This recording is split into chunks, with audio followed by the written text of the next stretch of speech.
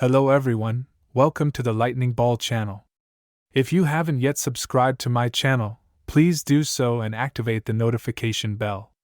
Your support fuels my continued efforts. In our previous episode, we discussed Kagali's tragic past and how, driven by a need to survive, she aligned herself with Michael and fell away, and was reincarnated as a death man. Following this, Kagali accepted an angel summoned by Michael and, alongside several other hosts, evolved into a phantom, also known as mystic angels. We also figured out the strength of Michael's forces. Then, 5 months swiftly passed, and Michael successfully completed his recovery phase, leading to the start of the Tenma Great War. In the previous Empire War, we saw Manus Seal assist subordinates in acquiring ultimate skills or ultimate gifts. In this episode, Manus Michael would also bestow ultimate enchantments upon his subordinates, thus another wave of ultimate skills would be distributed. Naturally, this will elevate the combat capabilities of Michael's side to the same level as Rimuru's. Additionally, we will see Zalario and Obera's reactions to their own ultimate skills. Furthermore, we will learn about Michael's new abilities and why he chose to first attack Leon's Golden City, where the 4 primordial demons, Gi, Diablo, Rain, and Misery, were prepared for a spectacular battle. Let's get started. In the Grand Hall of Star Palace, Michael's headquarters, the reincarnated and evolved top-tier warriors gathered in a circle, waiting for Michael's command to attack. In the absence of Michael and Fell Wei, the atmosphere was enveloped in silence. The assembled individuals fell into deep contemplation. As Kagali collected intelligence, she also took stock of her own transformation. After evolving into a mystic angel, she acquired an unimaginably powerful ultimate enchantment, Lord of Domination. This power, a derivative of Manus Michael's authority, could instantly analyze and control an opponent's skills and abilities. However, Kagali herself was also under the dominion of this power, rendering her unable to resist Michael. Kagali felt a chill down her spine. She could hardly imagine the ferocity of a battle among beings of such caliber, and instinctively felt fear. Yet, more than fear, there was a desire to test this newfound power. The current Kagali had long surpassed ordinary awakened demon lords. She was confident that she would not lose to Dino and Luminous, and even Leon, who had once killed her, would likely not be a match for her now. It was the perfect moment for revenge against Leon. Kagali could hardly contain her inner joy, yet she also thought coolly about her future plans and strategies. Although very intelligent, Kagali's past experiences had shown that her assessments of herself and her opponents were often flawed. Naturally, the initial excitement of acquiring an ultimate-level skill could lead to some judgment errors, which was understandable. Let us look at others, like Kagali, who had also received different ultimate skills upon their awakening. Vega received the Lord of Evil Dragon, infused with infinite destructive power. Arios, after sacrificing his unique skill Murderer, received Michael's ultimate enchantment Lord of Judgment, a skill previously owned by Tatsuya Kondo and bestowed intact upon Arios. The battle mage Orcaria gained the ultimate enchantment, Lord of Martial Creation, which allowed him to freely create mythic-level weapons. Mai Furuki, longing to return to her former world, merged her unique skilled Traveler and acquired Lord of Star Realm, also known as World Map. This skill could visualize and grasp images from all over the world and allowed for instant teleportation without any time lag, representing an ultimate spatial ability. As for the members of the 7 Angels of Origin, Dino, Zalario, and Obera, all were deeply contemplative. Let's start with Dino, who found himself lost in memories, constantly recalling the past to understand how things had escalated to such an uncontrollable situation. After descending to the mortal realm and developing self-awareness, Dino underwent various events and eventually became a fallen angel. His sole purpose in life, dictated by his deceased master Veldanavasama, was to monitor the human world as a watcher. To adhere to this command, Dino became a demon lord and led a carefree life. Firm in his belief that Veldanavasama would one day resurrect and return, Dino planned to report back to his master when that day came. It was then that Dino encountered that special slime. With just one look, Dino could see its brilliantly shining soul. Although completely different from Veldanava-sama, there was a strangely nostalgic feeling about it. Ultimately, Dino found himself in the Monster Federation, living a blissful and lazy life. Though he still worked occasionally, this was exactly the life Dino had envisioned. However, unbeknownst to him, Dino had betrayed Rimuru, which he deeply regretted. Nevertheless, Rimuru continued to trust Dino, revealing the truth to him and asking him to stay within Michael's camp as a spy. Yet, complications arose. As a faithful follower of Veldanava-sama, and since Michael and Feldway's goal was to resurrect the Star King Dragon Veldanava, Dino felt compelled to assist them. This contradiction caused Dino great discomfort. Fortunately, Dino was the type to shirk work whenever possible, so in this predicament, he decided not to overthink things. After all, Dino felt he wasn't very useful anyway, as he was the type whose capabilities diminished with more work. Since laziness benefited both sides, it was an ideal situation. Thus, Dino, ever the proponent of taking it easy, arrived at a conclusion. Having successfully reincarnated, Zalario and Obera were now earnestly contemplating their next moves. Now capable of unleashing their true powers in the central world, they faced a tricky dilemma. Zalario, due to an increase in power, had acquired the angelic ultimate skill, Lord of Trials. Zalario was acutely aware of Michael's capabilities, which was precisely the problem. Because it was a natural evolution, Zalario, having gained an angelic ultimate skill, found himself unable to resist Michael. While Zalario could renounce this ability, doing so directly would raise suspicions. Although they were on the same side, Zalario did not fully trust Michael. Zalario knew that no matter how powerful Michael was, he was merely a consciousness born from an ultimate skill. Agreement with Michael's current objectives did not mean Zalario would always feel the same way. Thus, Zalario was determined to see just how far Michael could control these skills, never allowing his will to be unknowingly replaced. Obera, on the other hand, had received the ultimate skill, Lord of Salvation. While this was a potent skill, it was superfluous for Obera. As an angel of origin, even without ultimate skills, she could use administrative privileges to counter ultimate skills. The very existence of angels of origins was ultimate in itself. Therefore, acquiring Lord of Salvation was of little use to Obera. Instead, it posed a greater risk. For Obera, who had already defected to Milim's side, it was crucial to resolve this issue quickly, lest Michael take control of her consciousness and jeopardize the entire plan. Obera resolved through self-suggestion that should any conflict arise within herself, she would not hesitate to discard Lord of Salvation, marking the moment of her complete break with Feldway. Even though she might not come out unscathed, Obera deemed it all worthwhile. Conjecturing the Creator's thoughts was an act of great disrespect, and Obera could not tolerate the presumptuous notions of Michael and Feldway.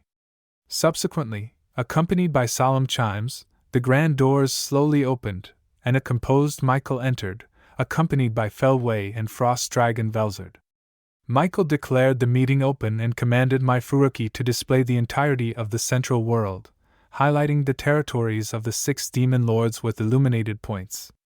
In this war, the defenders were scattered around the world with uneven distribution of forces, and as the aggressor, Michael naturally had no need to accommodate them. The optimal strategy was to concentrate forces and launch a collective attack on a single stronghold, with the only question being which one to target. Firstly, Gi's territory, the Frost Palace, and Rimuru's Monster Federation were eliminated from consideration. The former had been completely evacuated, and the latter, due to the defensible nature of Rimurus's labyrinth, was decided to be dealt with last. This left 4 locations remaining. It was then that Zalario took the initiative. He inquired to Michael and Feldway whether, given Michael-sama's absolute control over angelic ultimate skills, it was possible to detect the whereabouts of those who possessed these skills. This was a significant question that would impact Zalario's next moves, and the straightforward Zalario chose to raise it now. Obera also stepped forward to add that indeed, if they could determine the location of the holders of angelic ultimate skills, they could potentially recruit them in advance. Hearing this, Michael nodded, explaining his capabilities. Previously, Michael had been unable to determine locations, but having absorbed the dragon factors of Velgrind and Velzard, he could now sense them. Simultaneously, Michael identified the ultimate skills present in each individual in the meeting, and suggested that they proceed to discuss the 7 virtues, which were on the same tier as the Lord of Justice. As he spoke, Michael furrowed his brow, indicating he had discovered a problem. In an instant, the atmosphere at the scene became tense. Feldway hastily inquired about the problem Michael had discovered.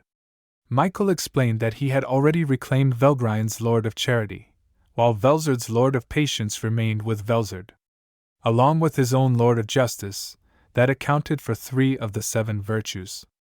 However, there were issues with the remaining 4, with 3 of them missing. Michael could only locate the Lord of Purity, the Lord of Hope, Lord of Wisdom, and Lord of Oath had all vanished. The holder of Lord of Hope, Hero Cronoa, was inside Ramrus's labyrinth, leading Michael to conclude that the labyrinth could block his detection abilities. Feldway then asked if it could be assumed that the Lord of Wisdom and Lord of Oath were also within the labyrinth. Michael, though not certain, deemed it highly probable. His conclusion was correct, but since the birth of Mana Seal, it was impossible to find the Lord of Wisdom and Lord of Oath again. Given the current situation, Michael's strategy became very straightforward. Since only the Lord of Purity had been located, the target was clearly defined. Everyone's eyes focused on Michael's fingertip, which pointed to Demon Lord Leon's domain, the Golden City El Dorado. Michael expressed his intention to dominate Leon and recruit him as an ally, aiming to minimize the loss of combat power there. This statement signaled the official start of the Tenma Great War. Since the goal was the resurrection of Veldanava, there was no need for a public declaration of war. A surprise attack was the best approach. After preparations, Mai Furuki activated her ultimate skill, World Map, and directly teleported the leading officers to the battlefield. However, since Obera's army was still in the spooky palace at Otherworld, she needed to return there first to assign tasks, and then use spatial transfer to rejoin the forces. With these actions, the surprise attack officially commenced. Naturally, the first to strike was the frost dragon Velzard, influenced by her demonic aura. The entire Golden City was engulfed by a blizzard, the piercing cold winds rattling branches, howling furiously, and appending trees. The once bright sky darkened in an instant. Amidst this chaos, Vega roared and, with a series of fierce punches, shattered the city's defensive barrier and charged towards a castle that seemed to be the royal palace. Feldway was somewhat speechless at Vega's actions, noting that Vega was too reckless with the battle plans. Kagali nodded in agreement. Their mission was to identify the holder of Lord of Purity, not to destroy Golden City. Their goal was merely to draw out the targets. However, Vega had not heeded the orders and had broken away from the troop. Feldway, now reluctant to manage Vega, instructed the others to proceed as planned. Thus, the forces dispersed, each heading towards their respective battlefields. On the other side, Leon's camp was instantly on high alert. The town was damaged, and communications were disrupted. Although Rimuru could monitor the situation on each battlefield with surveillance magic, there was inevitably some delay, during which they must defend with all their might. However, with Velzard involved, Golden City could easily be razed to the ground if she unleashed her full fury. Guy resignedly declared that it seemed he would have to confront her himself.